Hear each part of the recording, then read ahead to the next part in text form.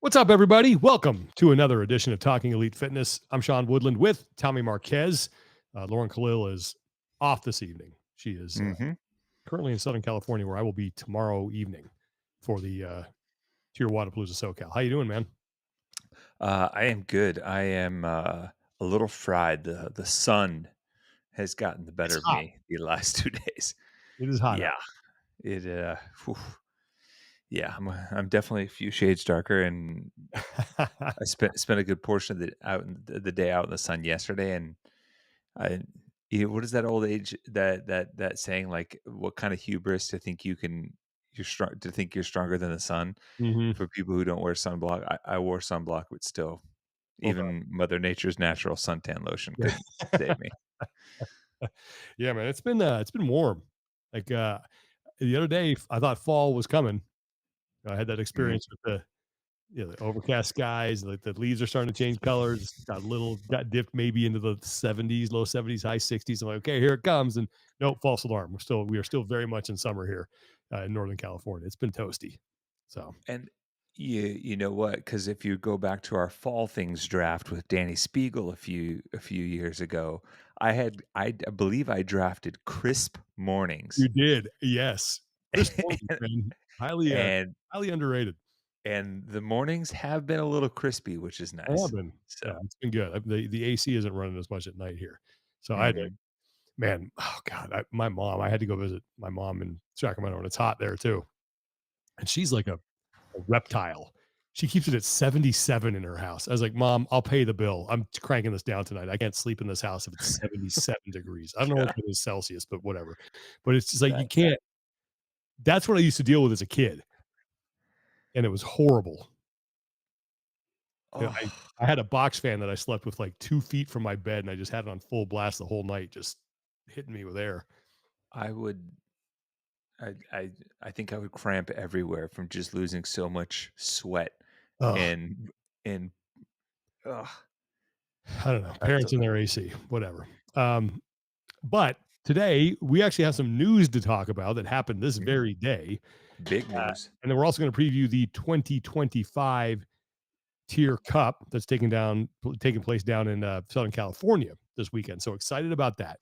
But let's start with the news that broke today.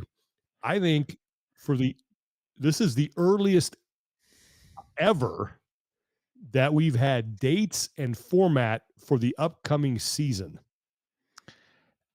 I would say yeah, like I don't earliest think by it, like 2 months. yeah, it's like, I mean, it wasn't. I don't think it was close. I off the top of my head, and you've been around this sport as long as I have, even longer.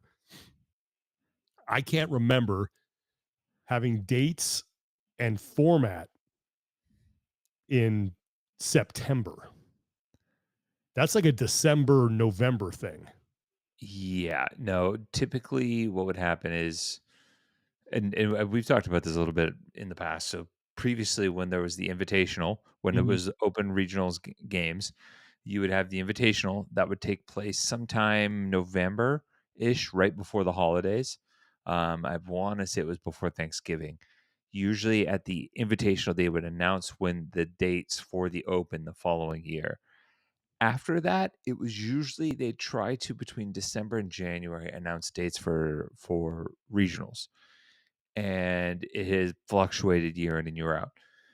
The first year sanctionals, the full season wasn't announced before Wodapalooza in January. So the season technically started, and then they announced the rule book and details for the season. So that was a bit of a one-off wacky year. And then depending on the season and who's in charge and who's handling things, there have been varying degrees of announcements and timelines for that. So I mean, this is fantastic that Yeah. they're announcing it this far ahead because I mean, September, I mean, a Yeah. lot Well done. usually yeah, in past years, like, there most games athletes are just now maybe even just starting to get back into the gym for basic stuff, much less think about next season. Yeah. Well, let's go over this. And if you're watching this, I have it. I have the game schedule graphic that is on games.crossfit.com that you can go check out. but we know the dates of the Open. I think those are pretty much locked in anyway. February 26th through March 16th. Okay, 3-week Open.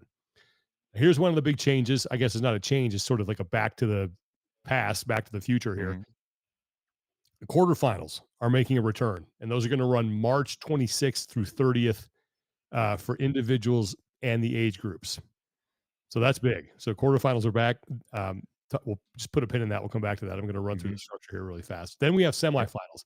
So you're going to have in-person semifinals for individuals, age groups, and teams. So age groups now included in in-person qualifying opportunities. That has Mm. never happened before. Correct? Like Not it that no, yeah, that's never no. happened. It's always been online. So now finally we're getting some in-person qualifying events for the age group athletes. There will still be online semifinals. Let me just scroll up here because I think they have the dates for those. Yeah, here are the dates. So age group quarterfinals and individual quarterfinals, same dates. Semifinals are April through June. Age group online semifinals, May 7th through 11th. Then there's team online semifinals, June 4th through the 8th. And the individual online semifinals, June 11th through the 15th. And you got the games, the Community Cup, uh, Masters CrossFit Games by Legends, Teenage CrossFit Games by Pit Team Throwdown, and the Adaptive CrossFit Games by Wheel Wad. All those dates TBD, but as you look at the graphic, it's sort of like August, sort of July, late July, early August, as they have the CrossFit Games penciled in. So first, two biggest things, obviously, quarterfinals are coming back, in-person qualifying opportunities for the age groups. And I'm interested to hear what you think about this, Tommy, because um, there's two schools of thought. And like I've kind of been reading the comments a little bit. I just like to see what kind of, and that's not a scientific sample or anything like that. It's just people. Yeah. But there's a lot of it's like in support of quarterfinals coming back, and there's some, oh, here we go again, changing it. But and I get that, but I got to give CrossFit credit for listening to what people wanted.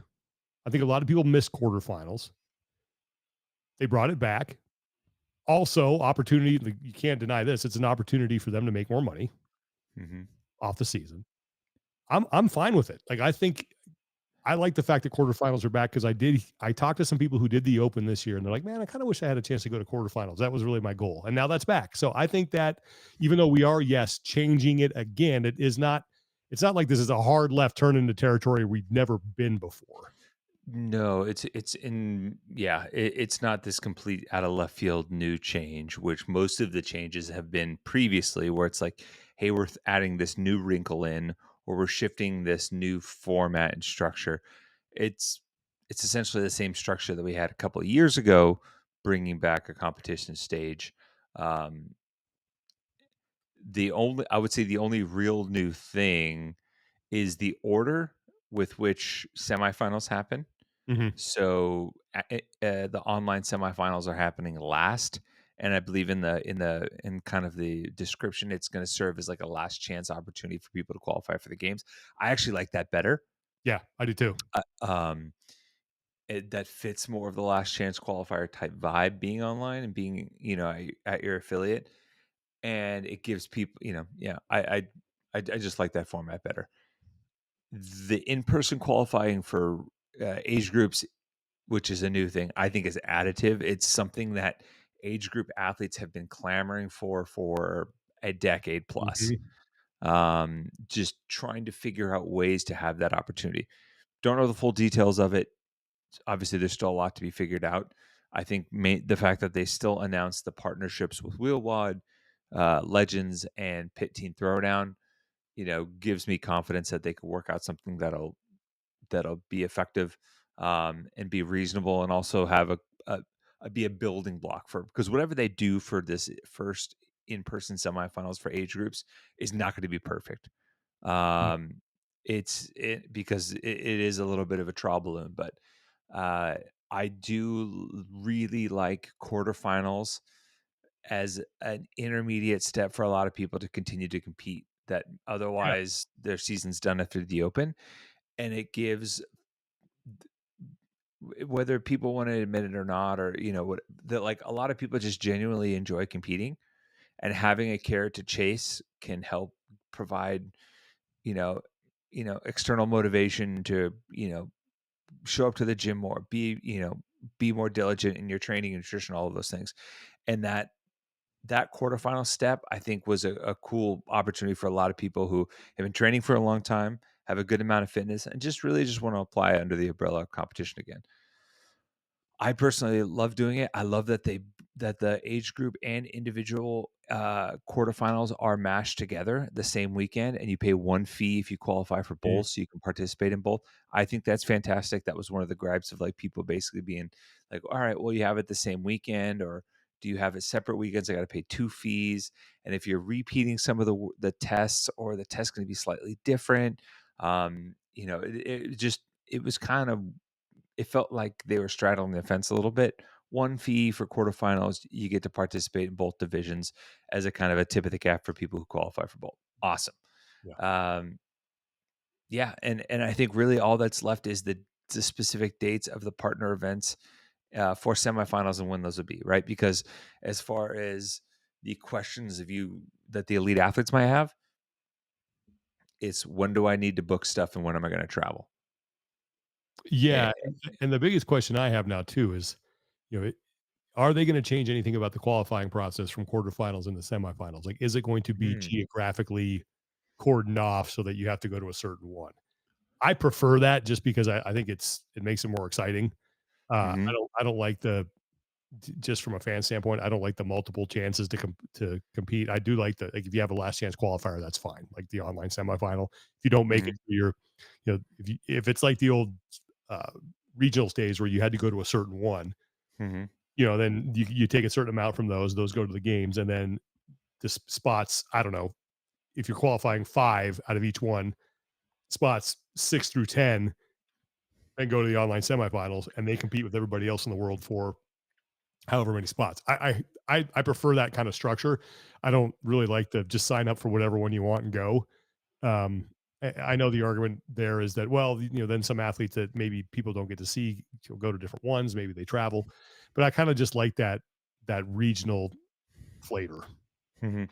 Yeah, I wonder if they might do a little bit of a hybrid of that because it does say in the description for semifinals, it says the top 2,000 men and women from quarterfinals will advance with the opportunities to compete at semifinals or in the online semis. Now, 2,000 like 2,000 athletes for both men and women is way more than what would normally compete at semifinals. So that leads me to believe that the wider net option is probably geared towards online semifinals, Sure. when you're not restricted by a number of heats and athletes that you can host in person, especially if that's a last ditch effort for most of those people that they would only ever want to compete realistically might compete online. Some might go to the in-person one if they had the opportunity because it's like, you know this is my one chance type thing. But um yeah, I wonder if that you could still get both of those, like cast the wide net for online semifinals and still have the qualifying criteria for those semifinals be region specific. So you're kind of getting Yeah. the same thing while giving the appearance of being open like last year. Um, yeah, it's um, yeah, I think like really I'm trying to think if there's anything else that pops out because I do think there are probably the in-person qualifying opportunities for age groups will probably be tethered to those partner semifinals. That sound about right? I would you would think yes, unless there's someone out there who just has a lot of money who just wants to run 4 masters only events. But I would agree with you. I think in order to make that work in the most economical way possible, you do probably need to match them up with the individual and teams ones. It's a long weekend. Like I mean, I don't know. It's you could be running 2 separate floors. Um, Yeah, it's doable, but you're going to need more resources. I just circled back on the fine print. It does say they'll have an opportunity to compete at select semifinals. So yeah, they will be tethered to those partner events.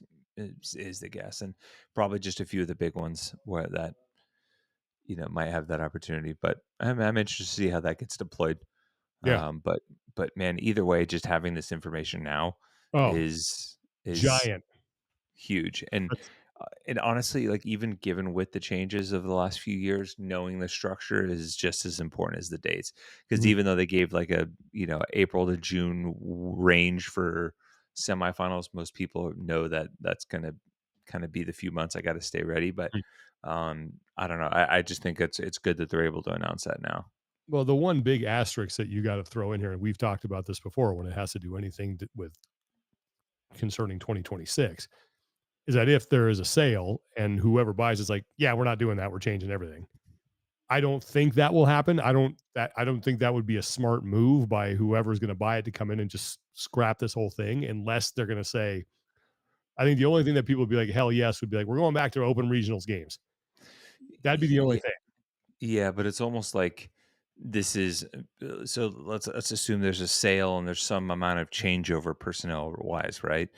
This is almost by announcing it now and getting it out into the space now, you're effectively getting some of the early legwork done. Mhm. So by doing that, it makes the task of making changes this season seem that much bigger and a little bit more tedious in unwinding that. So they're almost kind of guaranteeing that even if they don't get to, they get to see this format through, right? Like, hey, I might be on the outs, so I'm just going to do all this stuff, and the inertia of this means that some of this stuff will probably stick, if that makes sense. Oh, I totally agree with you. Yeah. I don't think it would be a smart move at all for whoever comes in and takes this thing over to say, yeah, no, we're not going to do that. We're going to change the whole thing. Um, hmm It's because it's like I would say it's like an NFL head coach, right? Like there's the playbook of when the coach is yeah, on the hot seat. He relinquishes his play calling duties. He has an open quarterback competition. There's a players only meeting. Like mhm, you do all these things that you announce out there to basically be like, we're doing this stuff in ways of currying favor and building inertia and momentum behind your cause, regardless of whether or not you know stick with it or not. yeah. I mean, overall, I think this is a win. Like, it's a Agreed. I hear the argument of, well, we're changing it again, but I would argue back to that. Yeah, we're changing it, but we're bringing in something that's familiar to everybody that people I think wanted back anyway, and it's a win-win because more people get to compete. CrossFit gets to make more money off the season, which means maybe better, more resources to allocate to the bigger events and semifinals in the CrossFit Games. Like it can, all rising tide will lift all ships here. It's not like they just came up with something new and just shoehorned it in there for the sake of changing. Like people are familiar with this format. It's to stick with another, I don't even say sports analogy because I'll stick within the sport. It's like if there's an athlete that kept changing coaches Mm, and, saw some success here and there, just insert athlete A, right? And it's like, oh, another coaching change, and it's coaching change. What are we on system 6 now in the last 7, 8 years? yeah, Um, it's track. but I think there's a difference between the athlete going back to a coach that they previously worked with and had success with, than going to an entire new coach altogether, Yeah. right? Because I do think some of the issues around season changing is changing the flow of what athletes and fans have to do in order to be involved. And having done this before, I don't think that's as heavy. And I also think administering the season every single time you implement a new system or a new thing, the pitfall, or I guess the growing pains and things that you learn only by doing throughout the season, and the blind spots and areas of improvement, like you don't necessarily have that. You're like, all right, we've done quarterfinals before, we've done this semifinal process before, we've got years of that with at least these two components Mhm. underneath our belt, so like that's familiar and we don't have to go through the same growing pains. Now that also speaks to the major gripe that people had with the quarterfinal system is how CrossFit administered it, right?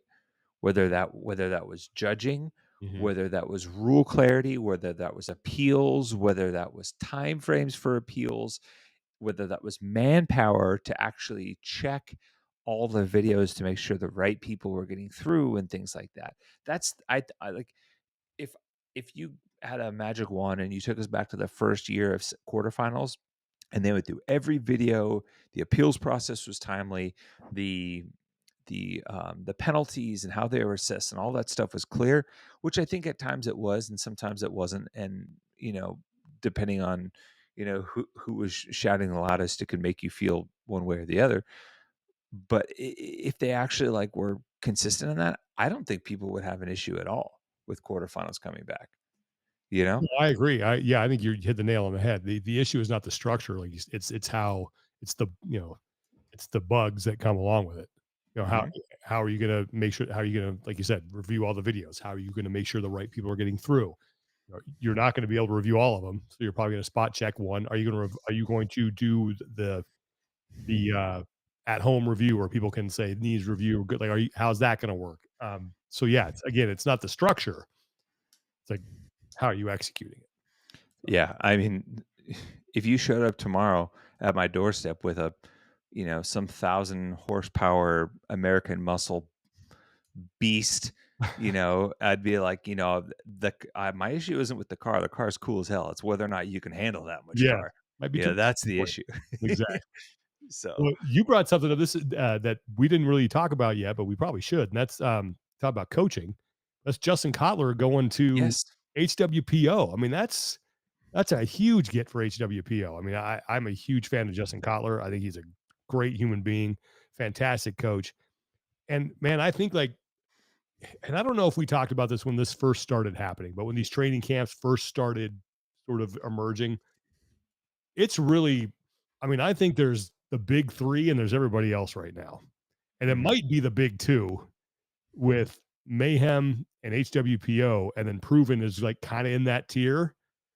But I would say Proven's definitely in that tier. you think so? Oh yeah, I, Okay. I would. Depending on Solidly? depending on how I would even say depending on how you rank, some people might even put Proven ahead of HWPO. Really? And I'm not like no, that's not necessarily my opinion, but I think if you look at like volume of athletes and gym growth, involvement in other things, like and part of that too is like Proven's flagship quote unquote athlete is still active, Okay. right? It's Tia and it's Shane, and it's like she's out there doing crazy things, growing the brand in a multitude of arenas. So I would argue I would say definitively it's like the big three primarily, at least in the States, right? Because I think there's some cool stuff happening over in Europe with Krieger training Mhm. in Norway um, uh, and what Andre Uday is doing with no shortcuts. Even John Singleton with the program. There's some really cool stuff, but as far as like U.S. centric training programs that are also international, I think those are the primary three for sure. Okay.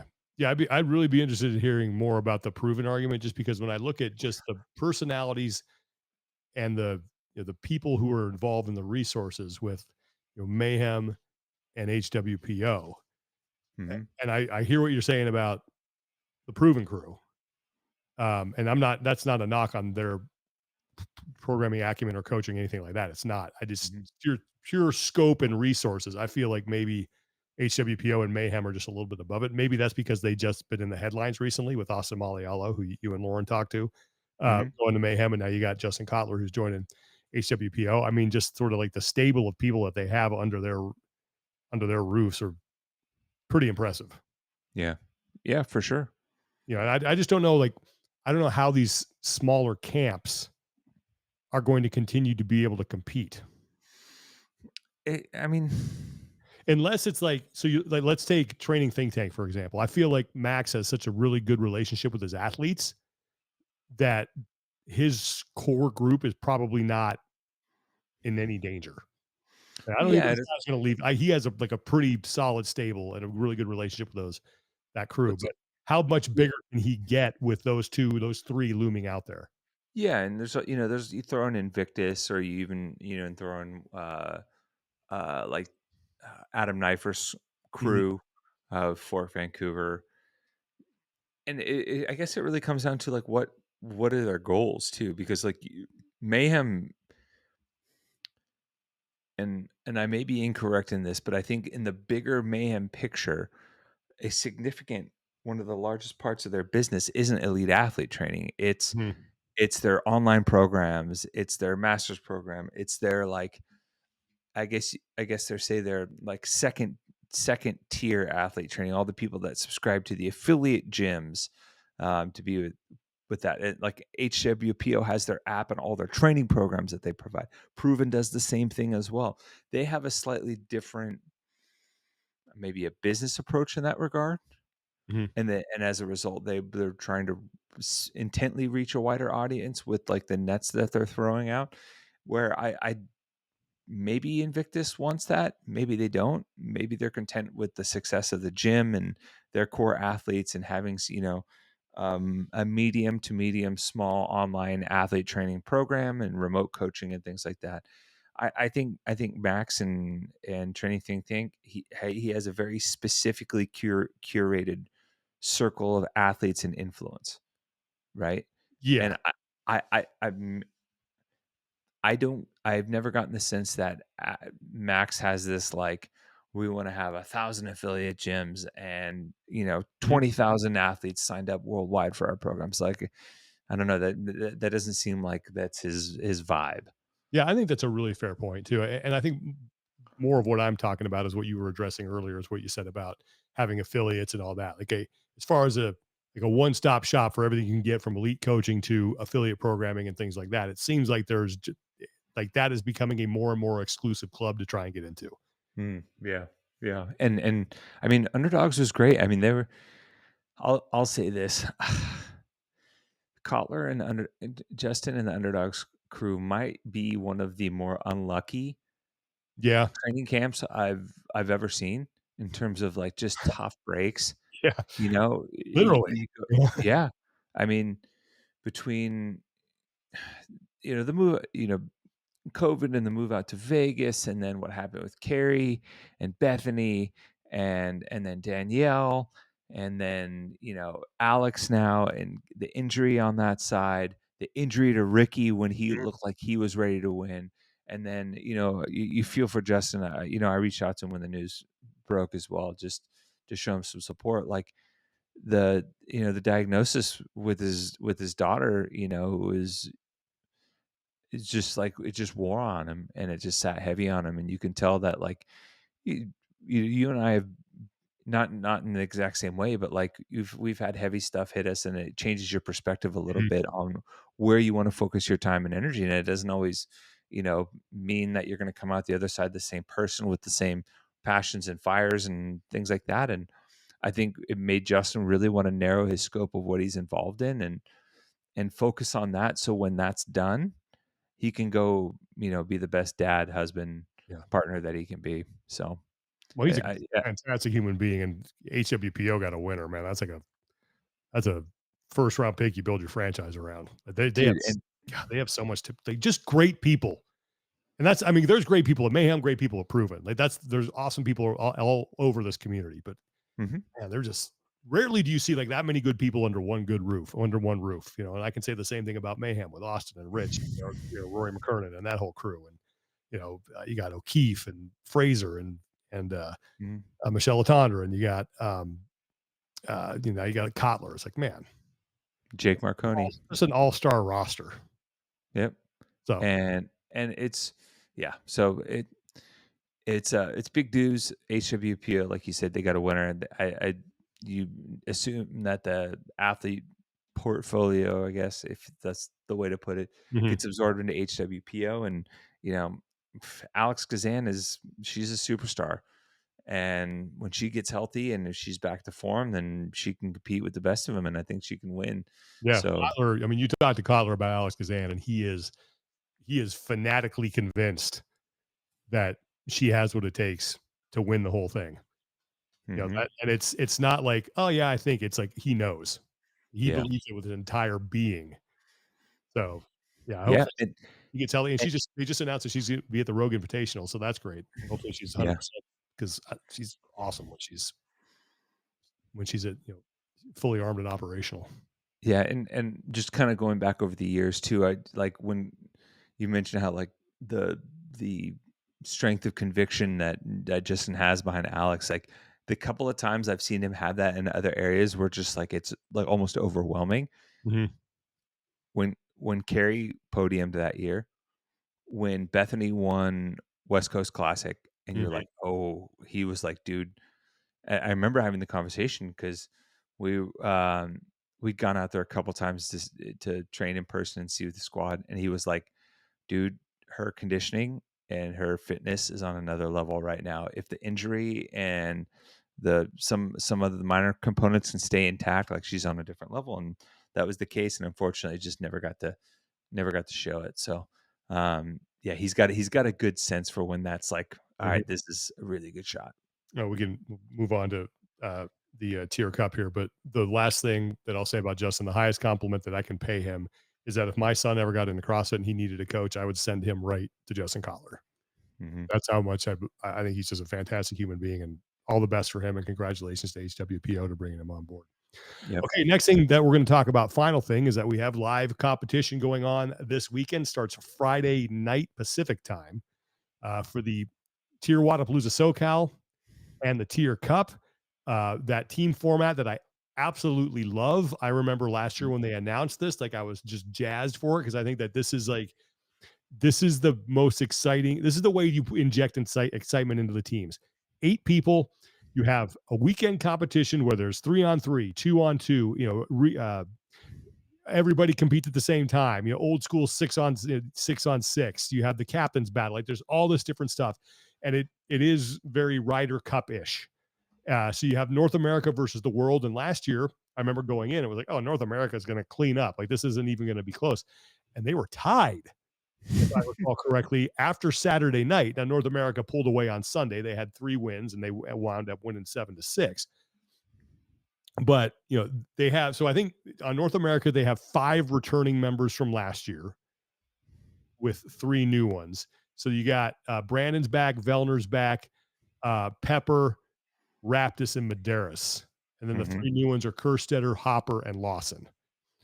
And then for the world team, I think they have 4. I think it's Toomey, Gee, Grace Walton, and Emma Tall. And then the 4 new ones are Jay Crouch, Roman Krennikov, Amy Kringle, and Ricky Garrard. I mean, on paper, this is much closer than it was last year. It's like I think Yeah. this is gonna be a lot of fun. I am really looking forward to this event, and I think TYR Wodapalooza SoCal does it right in that they start it in sort of prime time, and the Hmm. event it's only like a couple hours that you got to watch to really take this all in, and it's 3 days, and they're gonna have a lot of fun. They've adjusted the scoring is gonna be a little bit different, so Oh yeah, I like this. this is pretty cool. So they they're gonna have, like, for example, so they taking it whatever event. Winner winner gets a point. You finish under the cap. So if you win, you get like 2 points, and if you finish under the cap, you get 1 point or something like that. So it's Mhm. like you win, you get a point. You finish under the cap, you get a point. So that's 2. So that's the way it would be. So if you win, you get 2 points, and then if you finish under the cap, you still get a point. So what that does is it prevents. So if your team is lost, Mhm. there's actually points up for grabs. Like you still have to work to try to earn that point. So it adds a little bit of excitement in there. So it's not just like this event is worth 2 points, winner gets 2, so it's 2-0, or like it's 1-0, it's 2-1. So there's a way to keep the losing team in an event going until the end. So they just don't shut it down. Yeah, so you're not sandbagging to save energy to try and, like, Mhm. you're not, no disrespect to you, buddy, because I love you, but you're not Pat Barbering it, like back in 2011 when he No, was, like, clearly sandbagging the first 2 parts of the finale so he could win the last one and, kinda have his moment, but, I'm going to um ask you this because I've been read in on everything, so I don't want to spill the beans on anything I'm not supposed to. But have any events been publicly announced? w yes, one of which is my, which is my no rep. So, let's Oh, see, there's one, uh so, yeah, there's 1, 2, I've been off the social media lately, so I haven't. yeah, 3, 4, Where are you looking at this? 5, 6 on their, 7, 8, 9, I think 10 of the 12 events have been announced.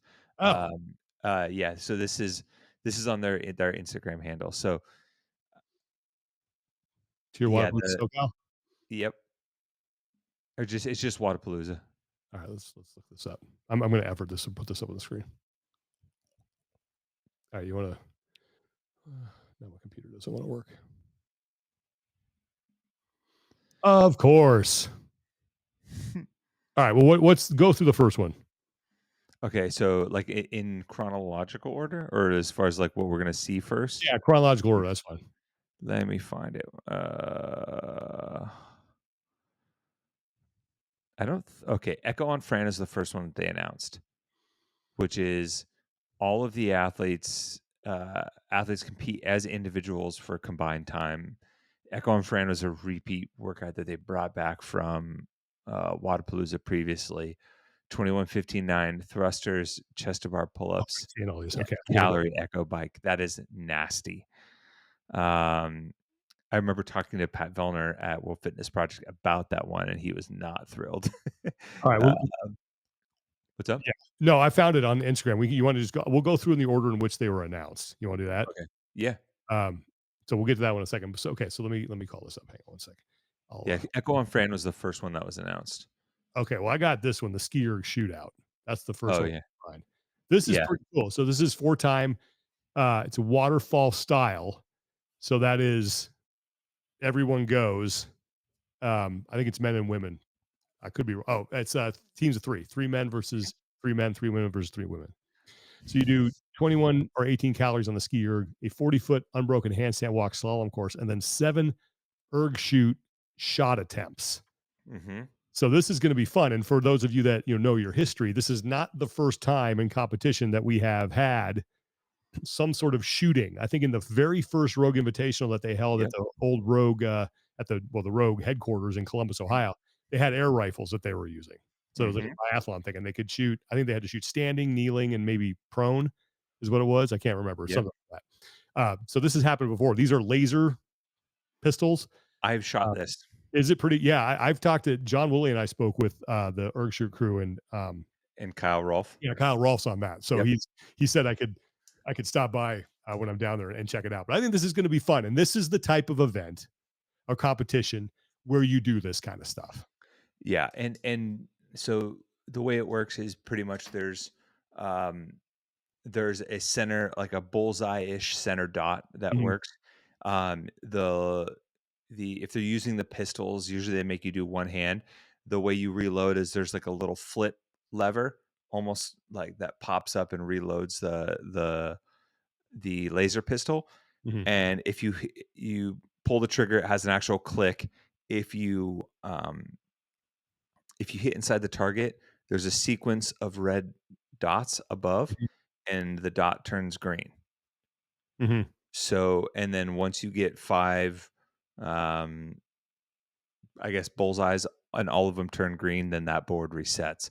If they use that same one and they have to do 20 good shots, I wonder if they'll set up like 4 boards per team. It's really fun. It's really easy to like learn and apply. And anyone who's done any sort of shooting sports, obviously with a high heart rate and Yeah, doing it quickly leads to the likelihood that a bunch of different errors will happen, whether you're anticipating a trigger pull and lifting your the muzzle, or mhm, all sorts of different stuff. I think this is a cool way to incorporate, like you said, this is the type of event that you can do it. mhm. Um, and I'm actually really excited to see how this plays out, particularly with this format, right? So Yeah, notice it says 7 erg shoot shot attempts, and the goal is to have 20 successful target hits. So basically, you get through the other like traditional work as fast as you can. You get 7 shots, but remember, if you're taking your time shooting, you're holding up the people behind you because it's waterfall style. And then obviously, if you rush it and you miss, then you have to reset. So if if all three of so it's male trios, female trios. If all 3 athletes hit all 7 of their shots, you would have 21. So you only have room for 1 miss yeah, if you want to get it through in one rotation. If you have 2 misses, then one athlete is going through the uh, whole ring car wash again, which is Mhm. I like that format. I think it's a cool way to add something unique like this erg shoot. Um, yeah, and I did I think it was let me think. I want to say Kyle did five burpees over a line, five like line facing burpees, five hits on the target, 5 rounds. And so I did it against some people that were there at WFP, kind of testing it Cool. out as well. It was fun. It was really fun. Yeah. Well, you were right. So this is echo on Fran. I went a little bit back a little bit. So this is athletes compete as individuals, each performing the workout in a heat of men and a heat of women. All right. So this is everyone's going to go. So this is 4 time 21:59 of thrusters at 135.95. Gross. Chest to bar pull ups and calories on the echo bike. My God, Yeah, that's disgusting. that is It, that terrible. that was a repeat from Wodapalooza of years past, but yeah. Mhm. Man. Okay. So that's workout number one. So welcome to the tier cup. Hmm. Just get to take an acid bath in event number one. That is not fun. Sheesh. All right. So you got Echo and Fran. We did the skier shootout. And now we got shootout is workout two. And then workout three is hang on, let me call this up. The Oli show. This will be fun. So Olympic lifting for all 8 athletes. Okay. So for total combined load, all four will do one man and one woman will do a 1 rep max snatch, and one man and one woman will do a 1 rep max clean and jerk. Okay.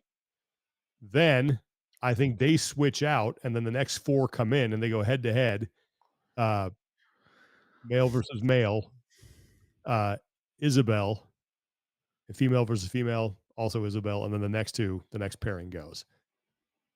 So actually, it seems like they're all going to do this. Now, everybody Yeah. does both parts. God, ugh.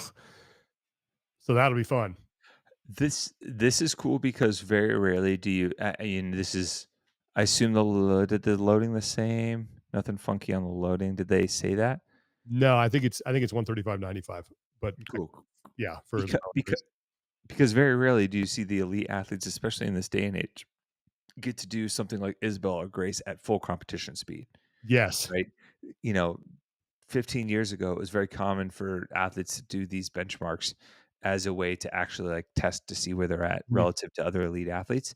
I would say, you know, workouts like Grace and Isabel maybe aren't as applicable across the elite athlete spectrum as a test, but doing so in this format as a combined like sprint, I think that's a really unique way. And you can Yeah. actually, maybe see some people going broken or see And some people going head pretty, to head. yeah, Like, they're yeah. gonna be I think they're facing each other on the floor. That's gonna be awesome. Didn't wasn't Isabel part of the girls back in 2012 at the games as, like, the final? Mhm. Yeah. Yep, as the Mhm. team it was 2012 for individuals, and then the teams also did it, as a relay race. They did Okay. a girls relay race as well. I think they did in 2011 too. Okay. Um, Alright. Well, we did the skier shootout, and then we got alright, so this is workout 4. I believe this is probably day 2, and I don't think this one I'm pretty sure this is one of the ones that isn't gonna be broadcast. So this is the 4-leg relay. Uh, so it's foursomes, 2 men, 2 women against 2 men, 2 women. So athlete 1 does a 300-meter open water swim. Athlete 2 will do 3,000 meters or 2,400 meters on the ski erg. Athlete 3 will do 4,000 meters or 3,200 meters on the echo rower. And then athlete 4 will do a 4,000-meter beach run. hmm, God, I'm really interested to see, like, since it's you don't have to designate whether the man or the woman does the machines, right? You could basically shooter's choice. Because the calories are, I don't know, like that. There's interesting strategy there. yeah, I mean, That's going to be a fun one. I mean, I don't think that's like the most spectator friendly one, but it's a good test. yeah, this is really interesting, especially because like I would go and say Team World has some very unique skill sets Mhm. with Tia and Amy Kringle on the women's side. Just Like, Roman on a bike. and or Roman swimming too. Remember Yeah, he won either one. the That's true. yeah, But I think like I would put Roman on the bike because I think he's so much better than everybody on the bike that I you don't can know. find I someone don't who's a know. decent. I don't know. I think you could find someone else who's a like great. Isn't Grace Walton really good in the water? I mean, Australians are always really good in the water. Yeah, you got some really I think World has some really Nikki, good options. Yeah, yeah, this is a good one for them. agreed. I think that kicks off if there's. I think there might be 3 a day. I'm not sure, but I can't imagine them doing that at night on Friday. I'm guessing that's going to be a daytime event on Saturday. Mhm. Um, all right, so we got 4-leg relay. Then what else do we have? We have min to max. Okay, this is going to be fun. This is a good one. All right, so this is min to max for time. It's mixed gendered pairs. 90 toes to bar. 45 strict wall facing handstand push ups. 30 ring muscle ups, and you have to alternate minutes per teammate. So you can only work for a minute and then you switch out. This I This is exactly why I like this competition, is because you get to see some really unique competition formats, Mhm. and this is one of them. It I with the love minute interval, the forced minute interval. Awesome. Like, and, you know, here's and, like, prefacing this by, like, some of these may not work out, they may not look as cool or play out as well, but you get the feedback on them, and this is how that. you start to refine them a little bit too. Guy Maiero's already in there. At this point, you better just give us the trophy. Too easy. Hey, Guy, I like the trash talking. Also, like, have we seen anyone go a minute like, what's the most for, like, a minute straight of toes to bar? Right? I don't know. I don't Like, know, but this is really I love that format. I think that's because you could get I'm sure you could get some just gymnastic ace up there to knock out half of them. In I don't know if maybe you could do a minute. I don't know. mhm. I guess you could. I mean, if you're going fast, you could probably knock out 45 in a minute. Yeah, and If you how often do we get to see, like, a sprint minute max capacity test for Yeah, some of these athletes? yeah, this is And cool. especially with these movements too. Mhm. That'll be a fun one. Okay, so next, see what else we got here. Let me just scroll through their Instagram. Oh, uphill battle. What's this? Oh boy. Okay. CrossFit Games team style. Yeah. So let's call this one up. So this is yeah, male female pairs will alternate to complete the couplet in an ascending ladder. Both pairs will then complete their work as a team of 4. So alternating male female pairs, one partner deadlift, one partner bar facing burpee. And then I guess the first pair runs out, one deadlift, one bar facing burpee, they run back, next pair runs out, they do 2 and go back, and the next come out they do 3, come back, or maybe they each have to do 1 each. 1-1. Yeah, 1-1, So 2-2, 1, 2, 2, 3-3. 3, 3. Okay, that would make sense. So they got to go through that. And then after they're done with that part, they all 4 will do 28 team deadlifts at 715 pounds and 28 team bar facing burpees. God, Yeah, you remember are they bringing back that, like, team deadlift I style think they, bar from, like, I think I they think it are was like that 2016? gigantic one. Yeah, Whew. yeah. No, this is another one. Like I really like this format. That's another thing that I don't think we've ever have we ever seen that like alternating in an ascending ladder where it's one and then you run back and one and then like I don't think we've seen that a lot. Yeah, especially with 2 pairs like that and then joining together. I'm sure there is one in the team competition at some point, Mhm. but the finishing with the combined team deadlift is pretty cool. Yeah. Okay. We got so workout 8. So this is Sandy Delivery is the name of this. And they did something like this last year too. And I Mhm. think that it wasn't broadcast. I don't know if this one will be either, but this is let's see, workout 8 requires the whole squad. So all 8 people are going here. So buy-in is 10 log facing burpees each. Then join the team to deliver 7,500 pounds of gear across the beach, and then you rest a minute. So there's just a bunch of stuff out there that you got to drag from one end to the other. And they're going to Yep, wear a 511 tactical vest while doing this. and This was one of my favorite events to watch last year because Mhm. it was pure chaos. It was just Yeah. unbridled chaos. People, it's like the scene in, like, the I don't know, an active war zone where you see explosions everywhere, people carrying things, and you're like evacing, get this there. No, no, what are you doing? Get out of there. It was like in off in the distance you see, you know, Jeff Adler shouldering an entire worm just by himself, I remember that. trudging, and it was I remember afterwards, all of them sitting there, like, a lot of the athletes were just kinda, like, laughing, like, that was wild, and that was, like, Yeah, fun, like, trying to figure out how the hell we do all this.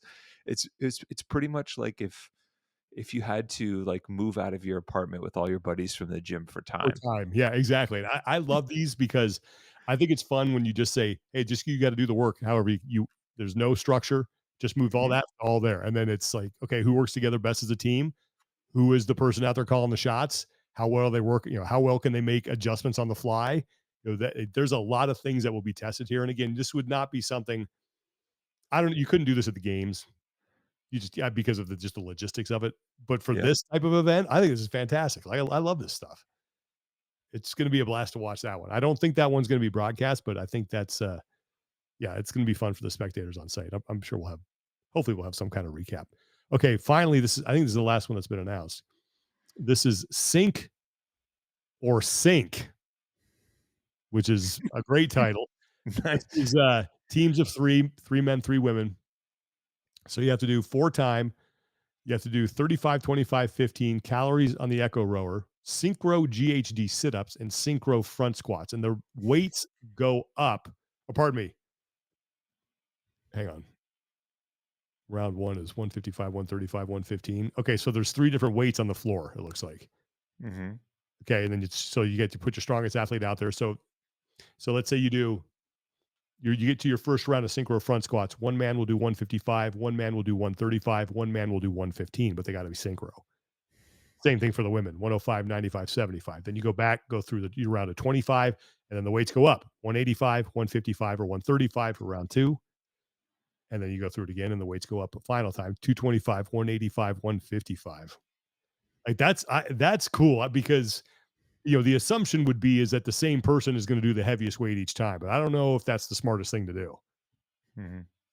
Maybe you save Mongo until the very end, and you let Mongo do either like the lightest or minimum weight, so he's fresh to rip through the. The last one? Yeah, Yeah. but this is cool. Like this is another little cool twist. I think that's going to make things just fun to watch. But that's a nasty event. I love the title Yep. too. Sink or Sink. The SYNK well or well played. Well played on the titles too. Yeah, yeah. I'm a fan. So, but that'll be cool. I mean, I think like last year, I said you going in. I think everybody just expected North America to mop the floor with the world team. I don't know this time, man. I think it seems pretty even. Yeah. I mean, especially when you start throwing in these weird events like, and I mean that with all due, that's not a bad thing, but these sort of like unique events like the moving all the equipment and then the beach one, the four-legged race, like there's just some things that here that I think have a way of sort of leveling out the playing field. And the fact that the world's going to be running Tia out there every time. She's not going to get Well tired, but you know, well, that's what she did last year, right? yeah, She's she did basically like like every single one. mhm. Yeah, and then I guess they're gonna finish, I think, with the captain's battle. I don't know what that event is yet. That'll probably be announced, but that's another one too. Like it's just gonna be this is a really cool event. And the only thing I wish is that we could expand it to more than two teams. Because I think that would be a lot of fun. If you could do it like United States, Europe, kind of like the old invitational. Yeah, it's like, dude, Just we just Canada, reinvent US, the just we did the invitational invitational. essentially. Yeah, that's really what we're doing. Canada, US, Europe, Pacific. Let's just do that and everyone's happy. Yeah. Oh. So I don't know. I'm looking forward to it. I think it's gonna be fun. It's a great atmosphere down there. I think they learned a lot from last year. It was the first time that they've been in that venue. I think they've changed it around a little bit. Uh, Mhm. but Wodapalooza, I think their signature, whether it's in Miami or in Southern California, is that it's always a great spectator event. It's a great place to be, and just hang out and be with the community. The atmosphere in Miami, second to none. I really enjoyed the atmosphere in Southern California when I was there last year. I can't wait to get to do it again this year. I'm going to be calling it with Chase, and it's going to be fun, man. I'm really looking forward to it. It's you know, I know that it's a competition and there's a lot on the line for the athletes who want to win this thing, but it's nice to have more of like a low key sort of fun competition that will turn heated once the scores start to show up on the scoreboard and the competitive juices kind of start flowing. And I do like this team format a little bit. I'd like you did see a lot of jawing back and forth Oh, last it's year, a great. lot of chatter about people, especially like when you're like, hey, like you're like, for example, last year in the monostructural test, a bunch of people were talking trash about it, and then they didn't have to do it. So it's like Exactly. it was like it's like, oh yeah, well, Mhm. like, well, your squad sucks. All right, and you call Mongo, you break Yeah. Mongo. You're like, all right, buddy, go get him. Yeah. Yeah, I love this event, man. I would, and we've talked about it before. I would like to see participation in it tied to sort of the season structure and your performance there, so you could have a true sort of earn your way onto the All-Star team, and you could do that if you open it up to 4 teams and you just went back to the invitational with US, Canada, Europe, and I mean, think about the teams that you could put together there, and it's like it would open up for a lot of other athletes to be part of this. I think get a lot more eyeballs on it. Logistically, I don't Yeah, know if that can happen, but I would love to see this expand because I think it's such a great format. yeah. I'm actually a little bummed that James Sprague didn't get the invite. I felt like Yeah. deserved an invite for USA, but I also get them wanting to like stick with some of the athletes who have, I guess, consistently over multiple years. But yeah, I'm sure there's a bunch of stuff that went into that decision. But, Okay. We got any community support that we need to get to? You know how the trail uh, run went? Did you hear anything about that? Would that go well? I heard that it went well. They still Uh, have a silent auction that's going on, so you can go everything from signed cleats from Hawaiian native Marcus Mariota to getaway vacations for half the nice.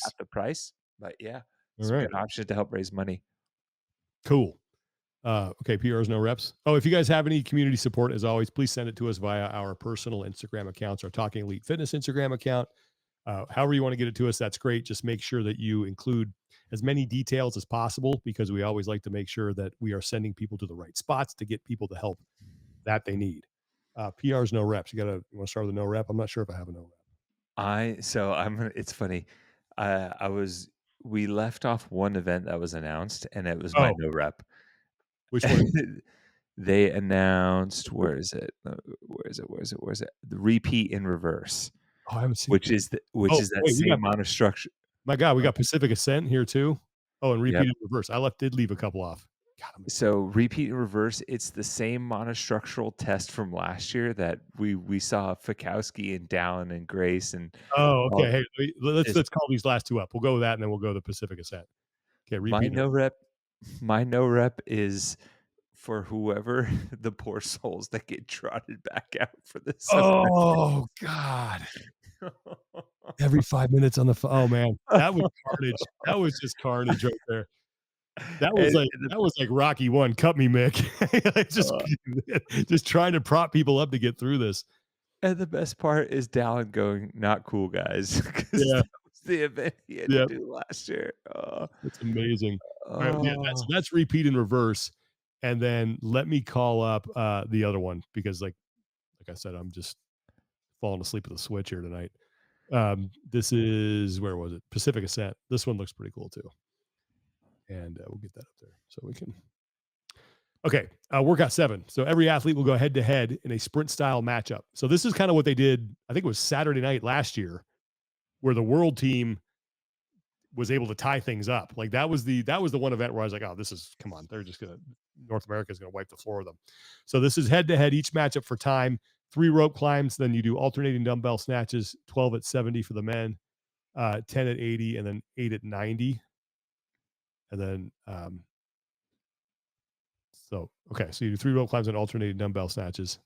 Then that's female one, male one. Pardon me, female versus female, then male do that. And then it's um okay, they move forward with the dumbbell. That's how it works. You do 12 at one weight, move up 10, move up to 8. Next two go 3 rope climbs and alternating dumbbell snatches. Weights get heavier. and then so on and so forth as you work your way down. But this is a head-to-head sort of sprint style, and this one's going to be fun because, like I said last year, because of the matchups that the world was able to get themselves into, they were able to win this event.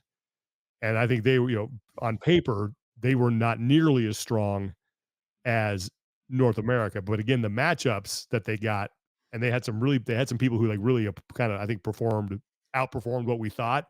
This is going to be exciting. I like this a lot. Yeah, so that was it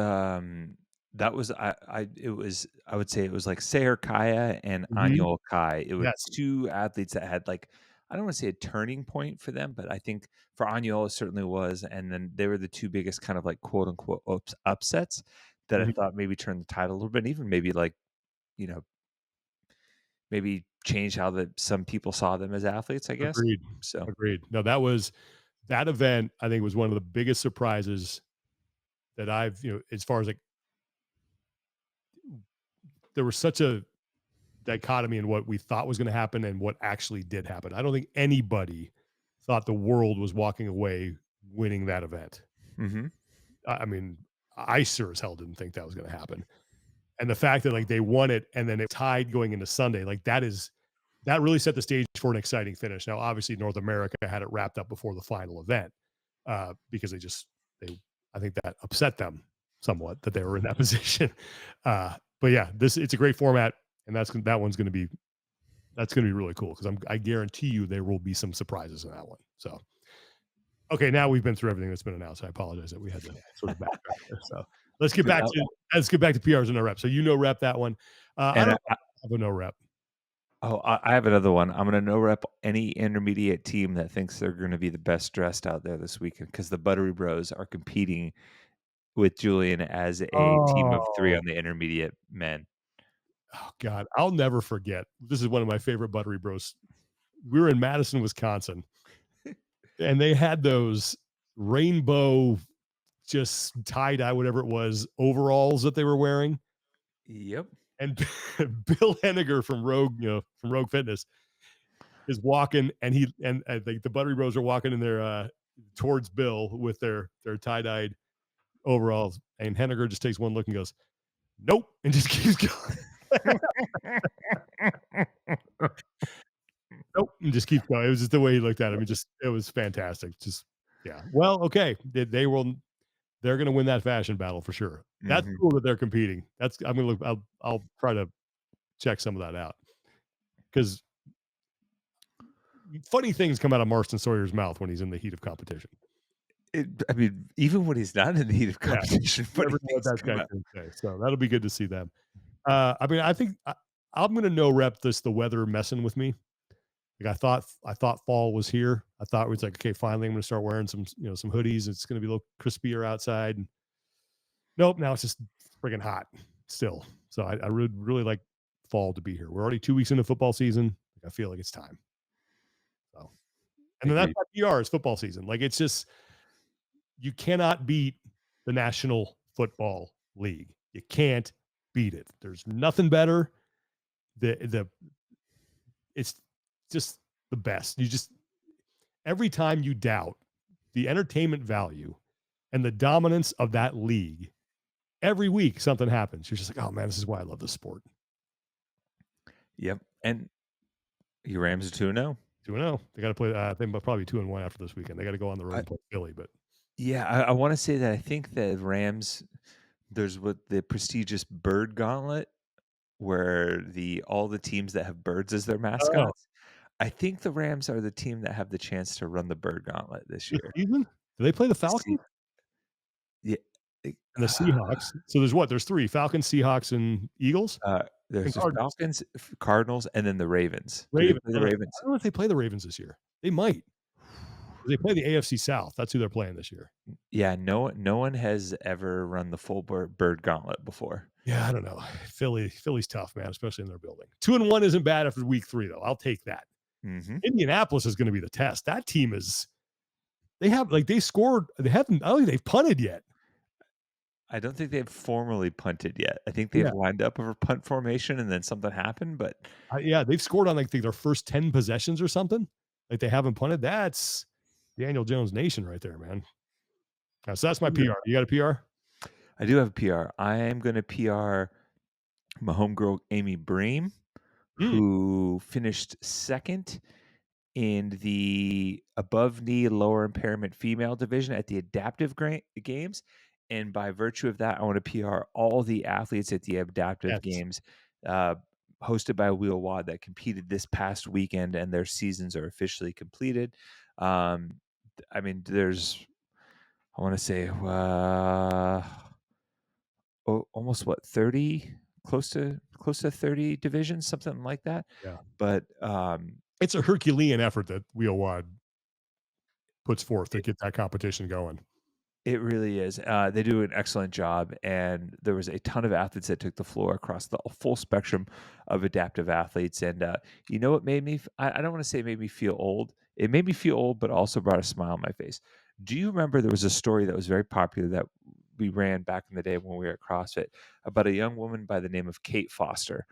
She was I don't she remember was that. part of I think she was a part of the original, like, CrossFit for Hope, campaign. We had a big, um, printed canvas of her on the walls at the Okay. office. It is a young girl at this Kate was a young girl at the time, doing a toes to bar on one of those, like, stick out bar attachments. Oh, yeah. Okay. She's Yeah. she I do she remember that. Yep. and she has a prosthetic leg. Mhm. Sh sh If you don't know, look up her story. There's an article on the game's website. She got cancer, had to have a bone marrow transplant, had to have her leg amputated, and CrossFit effectively is one of the reasons she was alive and, like, helped her in her recovery. She finished 3rd, just behind, Amy in the adaptive games. So now she's continued in her journey and is now a games That's awesome. podium athlete in the adaptive division. Hell So yeah. kind of a cool full circle moment for anyone who's been in the community for a long time to see her thrive in that. And so an awesome kind of cool story for sure. That's sweet, man. Yeah, Yeah. congratulations to all those athletes, and thanks to Wheel Wad and Kevin Ogar and that crew for what they do, man. It's just like I said, that's a Herculean effort to get that event, off the ground and, running smoothly. So, Hmm. thank you very much to them, and okay, that's it for us. If you're gonna be at TYR Wodapalooza SoCal and you see me, come say hi. I love talking to the people. I'm Hmm. gonna have some free time during the day because I don't think we really start going until the nighttime, so I'm not gonna know what to do with myself. Just be hanging out, watching fitness, go cheering for the Buttery Bros. I was gonna Do say, another. Why not, Mars? yeah, we'll be giving out some gooder Got some sunnies. sunglasses. Yeah, I got some sunglasses. So, if you see, Bum, you and or Lauren, hit us up. Give you some sun. Bummed I won't be there this weekend, but I'll be there in spirit. You got important things to do. You got family life stuff to take care of. So you'll be there in spirit. All right. And I'm actually Yeah. gonna have time to watch the Rams on Sunday because they start at 10 a.m. So I'm gonna get up and Dang. post up and watch my team and then get in the mood to go call some fit. I usually the words Wodapalooza and the Dallas Cowboys Oh doesn't sit God. well with I'll me. never forget that time when yeah. I'm like, come on, man, we gotta watch the Cowboys game. They're on, they're playing the Green Bay, and it was just a disaster. I felt so bad for you. Absolute dumpster fire. And I told you the whole time, I was like, this is it feels like I know. I'm going to a funeral. Yep. And sure enough, for the like 3rd time, I think, since I've been going to Wodapalooza, I watched the Green Bay Packers and end the Cowboy season. Well, hey, at least next year, Wodapalooza is outside of the NFL season. So there you go. That's the only way I could avoid it. All right. Well, on that note, that's going to do it for us. For Tommy Marquez, I'm Sean Woodland. We'll see you at TYR Wodapalooza SoCal. Take care of each other, be better, and we'll talk to you guys next time.